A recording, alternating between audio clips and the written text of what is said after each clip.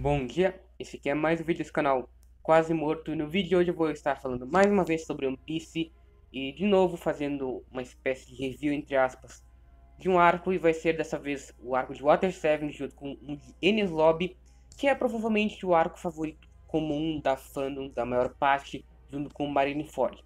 E inclusive provavelmente foi a partir daí que a maioria das pessoas começou a se apegar com One Piece de fato e One Piece começou a se popularizar porque é um arco muito forte emocionalmente. Qualquer drama, mesmo que ele seja ruim ou bom, ele vai atrair muita gente. E felizmente o One Piece sabe muito bem fazer dramas. E esse arco é perfeito justamente por causa disso. O meu arco favorito é o de Jai Skype, como eu falei no vídeo passado de One Piece. Só que eu ainda acho o Water 7 talvez o melhor junto com ele. Os dois pra mim são perfeitos. E na primeira vez que eu até assisti One Piece, ele era o meu favorito. Mas justamente porque é muito fácil apegar ao Water 7, por isso que ele ficou tão popular e tornou o One Piece popular. As pessoas quando falam de One Piece, falam sobre os dramas, sobre o passado dos personagens, sobre a trama, e o Water 7 é totalmente isso. O Water 7 é o clímax de tudo que o One Piece estabeleceu no pré-time skip de maneira perfeita, entre os Mugiwaras, com o governo mundial sendo mais aproveitado, mais explorado, de forma mais séria. Nós temos as revelações do século perdido em Enies Lobby. Então, eu acho que é um arco muito completo e é isso que ele faz, que faz ele ter tanto destaque. Ele é bom em lutas, ele é bom em drama, ele tem uma arte boa, ele tem uma animação boa, inclusive, para mim a animação é bem boa, tem momentos marcantes, então ele é um arco cheio, ele é recheado, é um arco muito recheado e eu vou falar sobre ele como todo nesse vídeo. Eu já vou começar, obviamente, falando sobre os dramas, que pra mim é o ápice. E, obviamente, vai ter spoiler, ok? A partir de agora. E eu acho que o Water 7 foi o primeiro arco em que eu legitimamente chorei em quase todos os principais momentos, tá ligado? É difícil eu chorar. E eu chorei com Luffy vs Sop.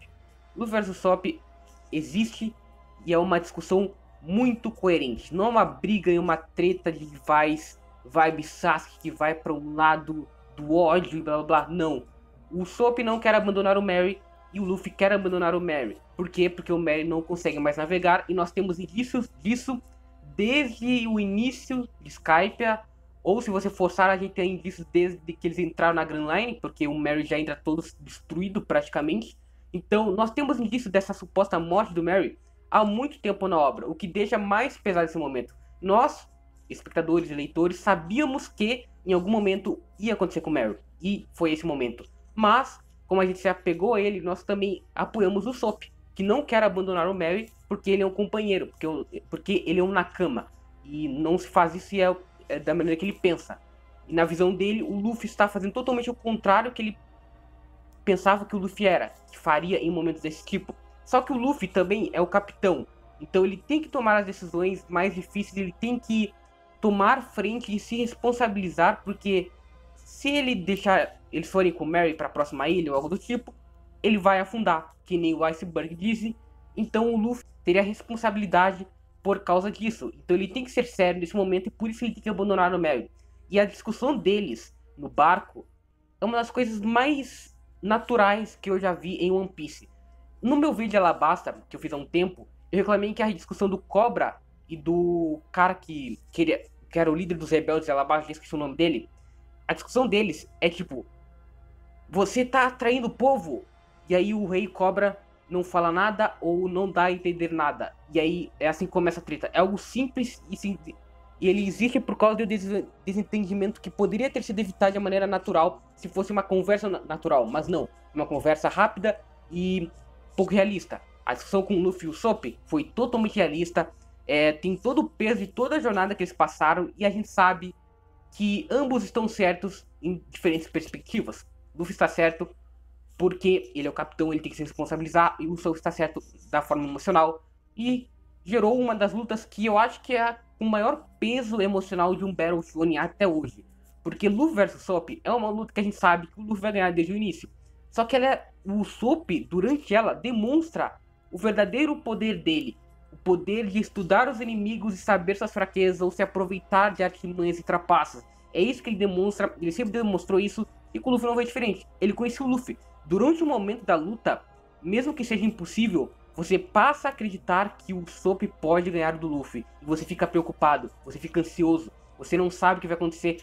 E ao mesmo tempo, a Robin sumiu, a Robin supostamente matou o Iceberg, ela tá separada dos Mugiwaras, ela não quer voltar. Então tem ambos saindo do bando e o bando tá desmoronando. Pela primeira vez, os Mugiwaras estão se separando, brigando e tendo um conflito interno, que é algo natural. Famílias, grupos têm conflitos internos. Isso é inevitável e aconteceu com eles, e pra mim foi a hora perfeita. E a conclusão da luta é linda. A cena do Merry chorando, né, por causa da água da chuva, blá blá, que demonstra uma lágrima nele. A fala do Zoro pro Luffy ser que é isso que um capitão tem que fazer, porque senão em quem eles vão confiar. Cara, é algo lindo. Eu acho que nunca vai ser uma cena tão pesada, só de eu lembrar, assim, o One Piece. Eu acho que é a cena mais pesada de lembrar, porque eu quase choro, eu quase me emociono falando dessa cena. Porque é algo muito pesado e eu acho que o One Piece, diferente de outros dramas, como eu já falei em um vídeo, ele é muito natural. A resposta pra mim, pra fazer um drama bom, é fazer um drama que seja natural. Luffy vs Usopp não é uma treta, uma luta pra te fazer chorar, pra te fazer ficar triste. Você fica triste por todo o contexto prévio e por ser algo comum, que pode acontecer com qualquer um. Não é algo pra te fazer chorar, é algo que tinha que acontecer e que aconteceu. Então, pra mim, por isso que o drama de Water 7 é perfeito. Ele se baseia nisso e é de maneira perfeita. E, inclusive, eu posso citar também que eu acho que ele é bem melhor esse momento do que o da Robin em Enies Lobby, que é o outro grande momento de drama, com ela gritando que quer viver. Esse momento é muito marcante para inúmeros fãs de One Piece, para mim também. O significado dessa frase é muito pesado e eu acho que é uma mensagem incrível que a Robin passa. E depois que a gente vê o flashback dela, com todo esse contexto dela fugindo por tantos anos, sendo odiada por ter conhecimento que o governo quer corruptamente esconder, depois de ter aniquilado Ohara, os segredos do século perdido e tudo mais, escondi tudo isso, além de dar um peso para a personagem, dá um peso para o que o Luffy está fazendo. Ele está revolucionando, de certa forma, o mundo em cada país que ele passa. E ir contra o governo mundial agora é algo que faz sentido. A Marinha tem seus motivos para ser boa, mas o governo, ele tenta controlar o mundo de maneira corrupta para trazer o bem, só que isso é errado. E você, tipo, a partir daí a gente tem estabelecido em One Piece. A justiça é algo variável, a justiça depende da perspectiva das pessoas, e aí sim fica algo muito palpável. O motivo pro Luffy fazer o que ele faz é certo, a gente pode entender. O motivo pro governo mundial fazer o que ele faz dá para interpretar de maneira positiva. O da Marinha também, e aí One Piece estabelece isso, e vários outros dramas também vão sendo muito mais marcantes por causa disso. E posteriormente a esse incrível momento da Robin, no final a gente tem uma cena incrível de Enies Lobby, que pra mim marca o arco perfeitamente, que é o Merry salvando os Mugiwaras e fugindo com eles da ilha jurídica. E essa cena é bem questionável por alguns, pelo fato de que o Merry navegou sozinho até Enies Lobby, de alguma maneira, mesmo todo fugido. A gente viu o Iceberg consertando ele, e eu não acho que é um Deus Ex Machina essa cena específica. Um Deus Ex Machina se resume em algo que surge para salvar os heróis ou ajudar, de certa forma, no roteiro, algo que surge do nada, sem explicação nenhuma e que é conveniente para a situação e que acaba tirando o peso. Para mim, isso é um Deus Ex Machina. Esse é o meu entendimento de Deus Ex Machina. A cena do Merry tem explicação. Desde Skype, a gente vê o Clubhouse, desde lá a gente sabe da existência dele. O Merry se consertou sozinho, por causa que ele queria continuar com os Mugiwaras.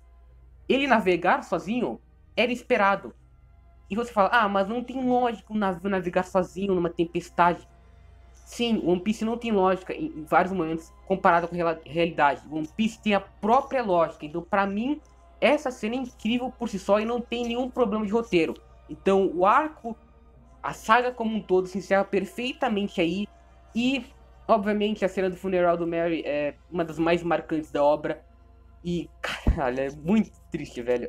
Cara, no anime, ela é elevada em níveis que eu não consigo explicar. O sentimento que ela transparece é algo incomparável com qualquer momento de qualquer outro Battle Shonen, de qualquer outra obra de drama.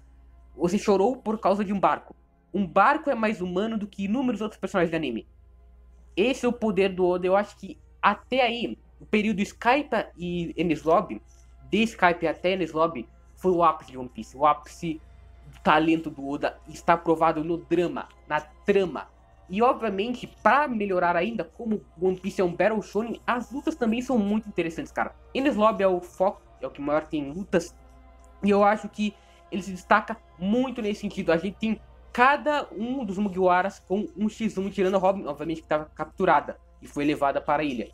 Isso é muito interessante, porque isso só acontece em Alabasta, em Enies Lobby, e agora talvez vai acontecer em um ano.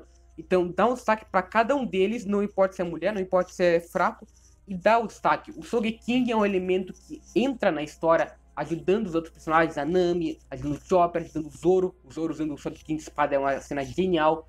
E ele entra de maneira incrível, apresenta o Soap de outra visão, e é perfeito como ferramenta para o desenvolvimento do personagem, porque ele é uma maneira do Soap ter coragem sem ter medo, digamos assim, usando uma máscara, mascarando o seu verdadeiro eu.